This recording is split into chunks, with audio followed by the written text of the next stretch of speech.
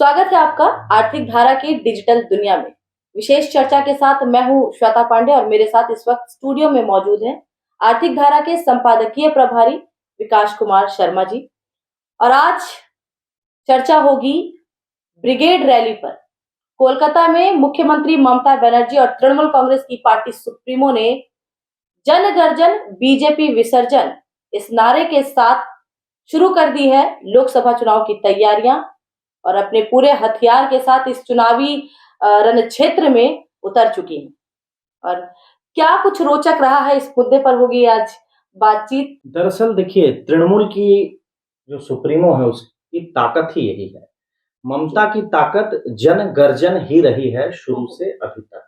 आप उनकी पूरी राजनीति की जो परिपाटी है उसको अगर देखें और उसके इतिहास का अगर थोड़ा बहुत भी मनन अध्ययन करें तो आपको समझ में आता है कि राजनीति में वो जननेता के रूप में ही रही हैं जी। और शुरुआत से लेके आज तक वो भले आज मुख्यमंत्री होंगी या हैं, और पूर्व में भी वो केंद्र में मंत्रित्व उन्होंने संभाला है, लेकिन बावजूद इसके जनता के बीच में जाने की ललक जो एक नेता या नेत्री के अंदर नैसर्गिक रूप से कूट कर भरी होती है, उसमें अग्रिम श्रेणी में अगर आप किसी को डालेंगे तो ममता बनर्जी है। तो ये उनका तरीका है। अगर वो ब्रिगेड ना होता तो कोई धर्मतला हो सकता था, एक मीनार मैदान हो सकता था, जगह कोई भी हो सकती है। वो दूसरे राज्यों में जाके भी वैसे ही हुंकार लगा देती हैं, वो यूपी जाती हैं तो भी वैसे ही गरजती हैं। ये तो उनका अपना पिच है और इस पर उन्होंने बदस्तूर एक तरह से हुंकार दे दी है। और केंद्र सरकार जिस तरीके से पूरे बीजेपी के मशीनरी काम कर रही है, उस मशीनरी में एक मजबूत प्रतिपक्ष के रूप में शुरू से ही ममता बनर्जी दिख रही है। तो ये बहुत ही स्वाभाविक है। और बड़ी बात ये रही है कि उन्होंने इस रैली की जो सबसे मजबूत बात तृणमूल के लिए रही है वो ये रही है कि 42 के 42 कैंडिडेट्स की घोषणा ब्रिगेड की रैली से करना, ये एक नवीनतम एक प्रयास है। और ये बिल्कुल तृणमूल ही कर सकती है इस तरह की रोचक चीजें। ममता मतलब कुछ भी उनके लिए ऐसा नहीं है कि जो अननेचुरल सा हो, ये होता है और वो कर सकती हैं, है ना। और ये चौंका दिया है उन्होंने ऐसा। बिल्कुल, ये इस बात की काफी चर्चा हो रही है कि पूरे जनता के सामने ही उन्होंने जनप्रतिनिधियों की घोषणा कर डाली। ये इसके अलावा एक और चीज देखा जा रहा है, ममता बनर्जी के बारे में ये काफी प्रचलित है कि उन्हें फिल्मी सितारों से काफी लगाव रहा है। उन्होंने कई फिल्मी स्टारों के नाम प्रत्याशी के तौर पे घोषित किए हैं, लेकिन पिछले जिन पर ये स्लैब्स का लेबल लगा हुआ था, जो एमपी रह चुके हैं, उनके नाम कतर दिए गए हैं लिस्ट से। सिटिंग के तो करीब करीब मुझे लगता है 30% नाम हटाए गए हैं सिटिंग एमपीज के। तो बहुत अप्रत्याशित तो नहीं है, पार्टियां करती हैं, हर चुनाव में ऐसा होता है और हर स्तर के चुनाव में ऐसा होता है। रही बात सेलिब्रिटी की, तो शताब्दी चुनाव लड़ रही हैं, देव लड़ रहे हैं जी। इसके साथ सायोनी को भी उतारा गया। ये चौंकाने वाला नाम है जाधवपुर से, क्योंकि वहां मिमी चुनाव लड़ चुकी हैं और जीत चुकी हैं।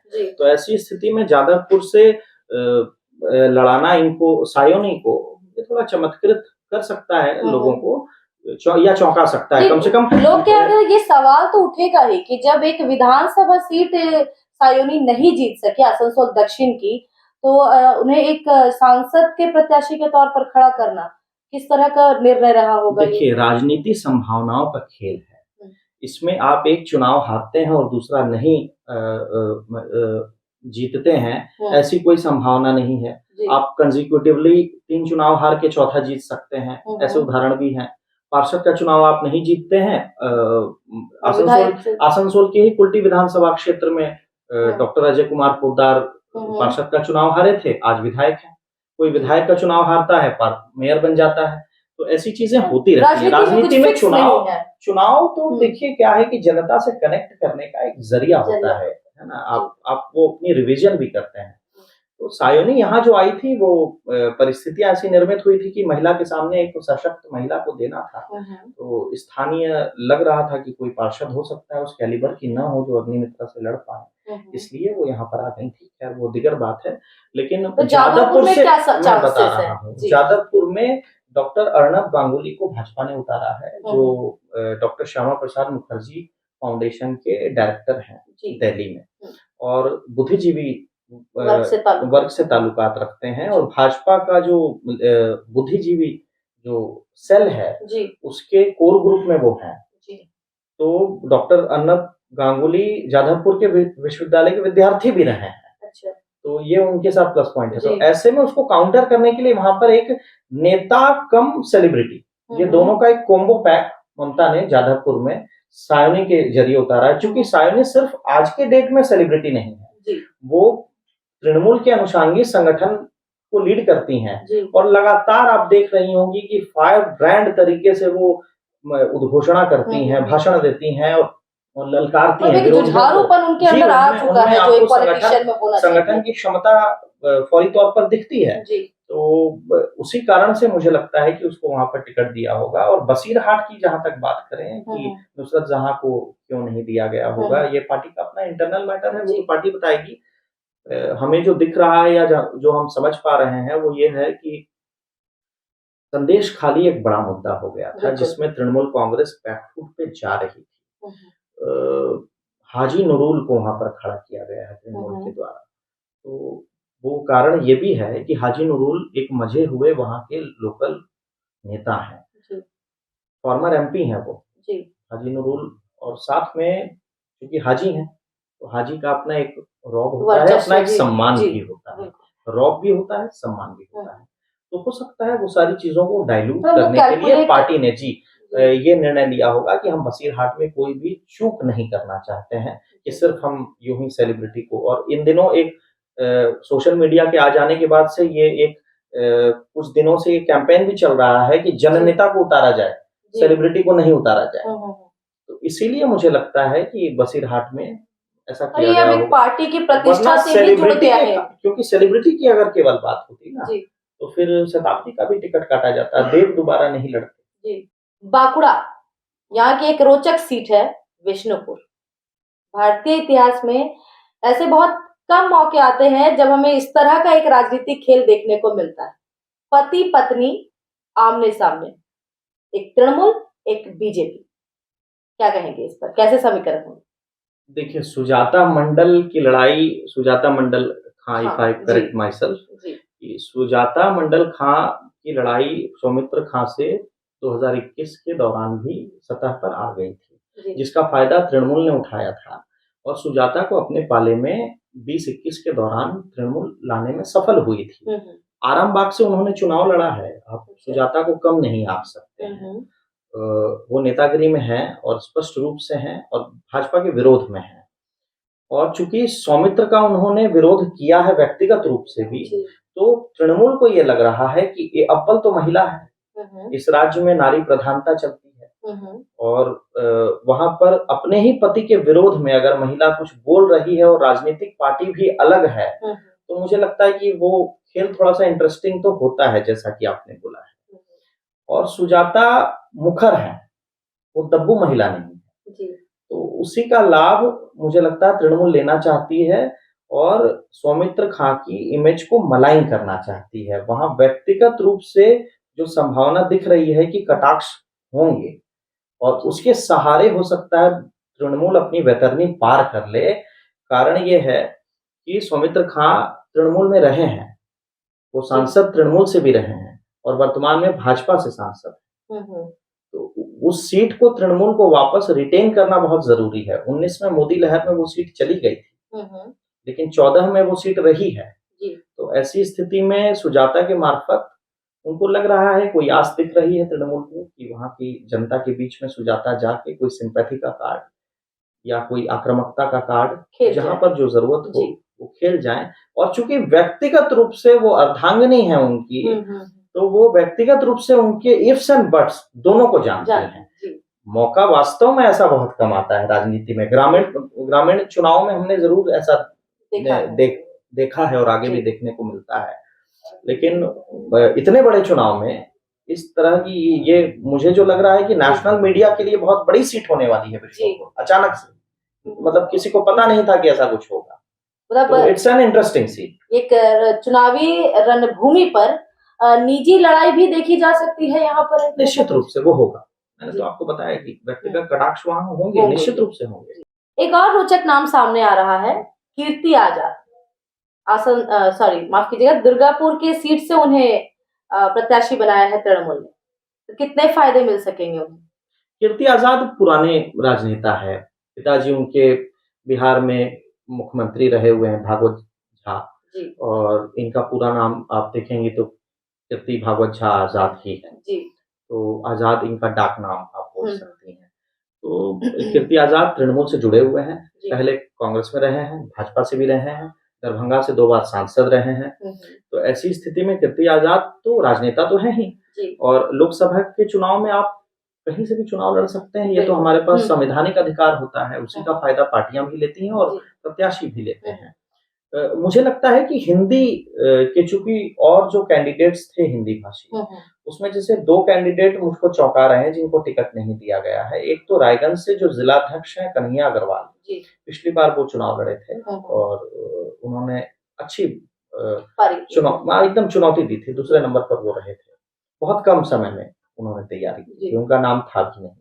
और दूसरा चौंकाने वाला नाम है बैरकपुर से अर्जुन सिंह का विकेट गिरना, उनको टिकट नहीं। ये काफी तो मुझे लगता है कि उसको कॉम्पनसेट करने के लिए ये शत्रुघ्न सिन्हा को रिपीट किया गया है आसनसोल से। और सबसे पहले घोषणा हुई है, अब घोषित रूप से घोषणा हो गई शत्रुघ्न सिन्हा की। इसका मतलब है कि पहला नाम वो घोषणा जादवपुर से भी कर सकती थी, सायनी का, अभिषेक का भी नाम घोषणा कर सकती थी, लेकिन घोषणा हिंदी की है। मुझे लगता है कि अंडर करंट में ये हिंदी भाषी वोटरों को टीएमसी कहीं ना कहीं एक, देखिए बहुत सारी चीजें बिटवीन द लाइंस चलती हैं, तो ये भी हो सकता है ऐसा ही कुछ है। और कीर्ति आजाद चूंकि हिंदी भाषी हैं और झा हैं, तो बिहार के हैं और अच्छी खासी तादाद में इस पूरे जिले में वोटर्स हैं हिंदी भाषी। वो बिहारी भी हैं, वो मारवाड़ी भी हैं, वो थोड़े बहुत मतलब गैर बंगाली, वो उसको कैटर करने के लिए। और उनकी चूंकि पार्टी में उनकी वर्किंग रही है, गोवा के चुनाव में वो रहे हैं, त्रिपुरा में उन्होंने काम किया है, दिल्ली में थोड़ा बहुत वो लगे रहते हैं पार्टी के लिए।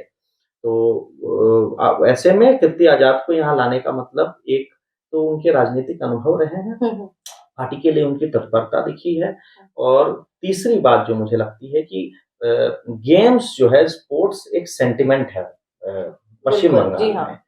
ईडन गार्डन में बोतलें फेंक दी जाती हैं अगर पसंद नहीं आता है किसी का परफॉर्मेंस, तो मतलब वो गुस्से के साथ एक प्रेम भी जुड़ा हुआ होता है, मतलब वो भावनाएं जो है। तो मुझे लगता है कि फुटबॉल के बाद जो सबसे ज्यादा गेम पसंद किया जाता है स्पोर्ट एक्टिविटी, वो क्रिकेट। तो एक क्रिकेटर रहे हैं, 84 का वर्ल्ड कप कोई नहीं भूल सकता, क्योंकि भारत को पहली बार वर्ल्ड कप विजेता का खिताब मिला था। 84 के वर्ल्ड कप की टीम के सदस्य रहे हैं, ये उनकी बड़ी ब्रांडिंग है। तो ब्रांड लेवल पे हो या ग्रास रूट लेवल पे हो, वो काम करते हैं और उनको पॉलिटिक्स करनी आती भी है। यह दिगर बात हो सकती है कि वो दुर्गापुर की भूमि पर कितना काम कर पाएंगे, लेकिन दुर्गापुर से वर्तमान में तो भाजपा जीती हुई है, और अब कौन कैंडिडेट उनके सामने होता है मजबूत होगी, अगर लेकिन कैंडिडेट वो मजबूत वहां पर जरूर होंगे। चलिए, अगर हिंदी भाषियों पर चर्चा हो रही है तो एक और सप्लीमेंट इसमें ऐड किया जा सकता है, शत्रुघ्न सिन्हा, इनका नाम आसनसोल की सीट के लिए सबसे पहले घोषित किया तृणमूल ने, और इनके खिलाफ उतारा गया बीजेपी की ओर से पवन सिंह को, लेकिन अपने कारणों की वजह से पवन सिंह ने तो अपना नाम वापस ले लिया, पर तृणमूल ने इस बैक ऑफ को अपने खाते में एक गोल की तरह लिख लिया। ठीक है, तो यहाँ जो हम लोग देख रहे हैं कि एक तरफ से हिंदी भाषियों की जो वर्चस्व है वो एक तरह से तृणमूल दिखा रही है, दूसरी तरफ अर्जुन सिंह का नाम लिस्ट से काट कर उसके कतर के ये भी देखा जा रहा है कि कहीं ना कहीं हिंदी भाषी जो है वो एक लो कैटेगरी पे बिलोंग कर रहे हैं तृणमूल कांग्रेस में। तो इस पर कैसे देखते हैं इसे आप? देखिए, दोनों अलग अलग बातें हैं। बैरकपुर की कहानी हम लोगों ने डिस्कस कर ली है। बैरकपुर में बेसिकली जो हुआ है, सोमनाथ श्याम और बैरकपुर के जो सांसद हैं अर्जुन सिंह, जो पूर्ववर्ती भाजपा में थे और अभी तृणमूल में आए हैं, दोनों के बीच टग ऑफ वॉर था और वो लड़ाई इतनी बहुत मुखर हो चुकी थी, और उसका मुझे लगता है कि एक बीच का रास्ता पार्टी के पास और कुछ होता नहीं है। या तो हाईकमान आके उसमें कुछ इंटरवीन करे और सुलह सपाटा करवाए, वैसा कुछ वहां संभावना दिख नहीं रही थी। तो इसीलिए पार्टी ने उसमें अपना प्लान बी इस्तेमाल कर लिया, और यही अस्त्र सभी लोग करते हैं। पार्षद के चुनाव में भी यही करते हैं, विधायक के चुनाव में भी यही करते हैं कि उन दोनों को हटाओ, 2 दावेदारों को हटा के एक नया दावेदार लाकर खड़ा कर दो, और चूंकि कैबिनेट मंत्री को ही वहां पर उतार दिया गया है, पार्थो भौमिक। तो वैसे में ये होगा कि चूंकि सत्तासीन दल है और आपको कोई ना कोई राजनीतिक दल से जुड़ करके काम करना पड़ता है, और सत्तासीन दल में जुड़ करके जब आप काम करते हैं और आपके मंत्री जब वहां पर कैंडिडेट हो जाएंगे, तो स्वाभाविक रूप से ना चाहते हुए भी थोड़ा बहुत ही सही आपको पार्टी के लिए काम करना पड़ेगा। और जो न्यूट्रल कार्यकर्ता है, जो खुद को कंफ्यूज पा रहे थे, वो क्लियर हो जाते हैं कि हमें अब पार्टी प्रत्याशी को वोट देना है, न तो हमारे सामने सांसद अर्जुन सिंह है और ना ही विधायक सोमनाथ श्याम है। तो इस तरह के रोचक लम्हे लोकसभा चुनाव के दौरान हमें लगातार देखने को मिलते रहेंगे और इस पर चर्चाएं होंगी, विश्लेषण होंगे और कई तरह की बातें होंगी जो आर्थिक धारा के डिजिटल प्लेटफॉर्म के जरिए आप तक पहुंचेंगी।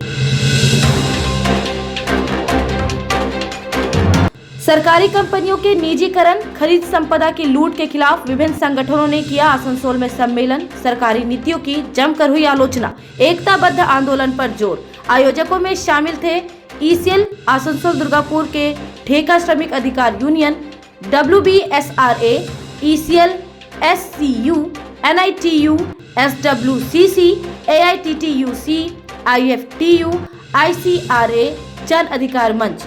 वक्ताओं में शामिल हुए C2 के जिला सचिव सह पूर्व सांसद वंश गोपाल चौधरी।